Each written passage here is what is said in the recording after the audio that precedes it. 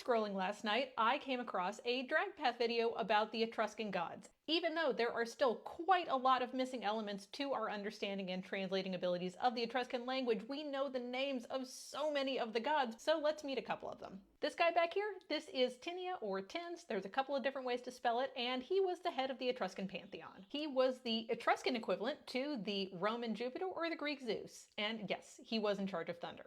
This lovely lady is Uni, and she is the Etruscan equivalent of who we know as Juno and Hera. And like her Greek and Roman counterparts, she was also associated with marriage and family, and a lot of the things and roles that pertain specifically to women. The Etruscans also had equivalents to Hades and Persephone.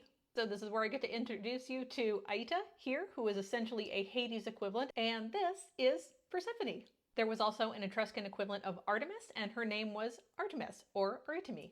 There was also Minerva, the goddess of war, wisdom, and art, and a lot of her elements and aspects were absorbed into the Roman idea of Minerva later on. There was also Usil, the sun god, and he was essentially the Etruscan equivalent of the Roman sun god Sol. And there was also Turan, the goddess of love, fertility, and vitality, and she was the Etruscan equivalent of Venus or the Greek Aphrodite. And it's also important to remember that the Etruscans had a huge pantheon, like everyone else in the Mediterranean, and so I definitely encourage you to do a little reading and exploring on your own to learn about all the different deities that they had in their world, because a lot of them are really interesting, and there are some interesting comparisons and equivalents to some of the gods and goddesses that you probably already know.